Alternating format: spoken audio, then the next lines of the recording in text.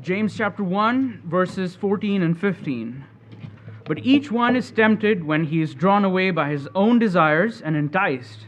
Then, when desire has conceived, it gives birth to sin. And sin, when it is full grown, brings forth death. To feel the tug of sin is not the same thing as having sinned. Some Christians get caught up in a defeatist and vicious cycle of sin because they assume that just because they're being tempted by sinful desire, that they're not,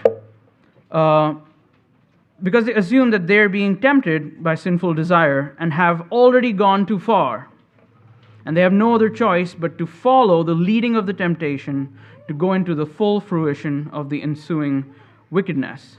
But this is a lie of the devil.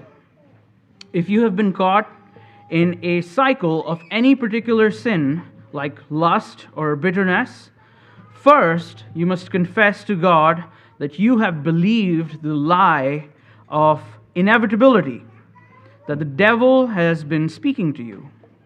It is very much like the seductress of Proverbs 7. You cannot be faulted for the existence of harlotry and the presence of a seductive woman on the corner, but you will be faulted if you listen to her and follow after her. Do not let desire conceive in your mind. If a temptation comes your way, send it back. You cannot keep it from flying over your head, but you can keep it from building its nest in your hair. It is like playing a tennis match with the devil. Do not be discouraged if the ball keeps bouncing back into your court.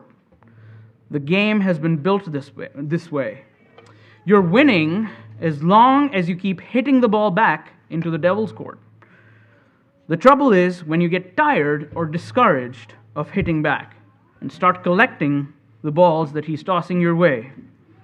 That's when you have sinned and need to confess, beginning with confessing to believing the lie of inevitable defeat.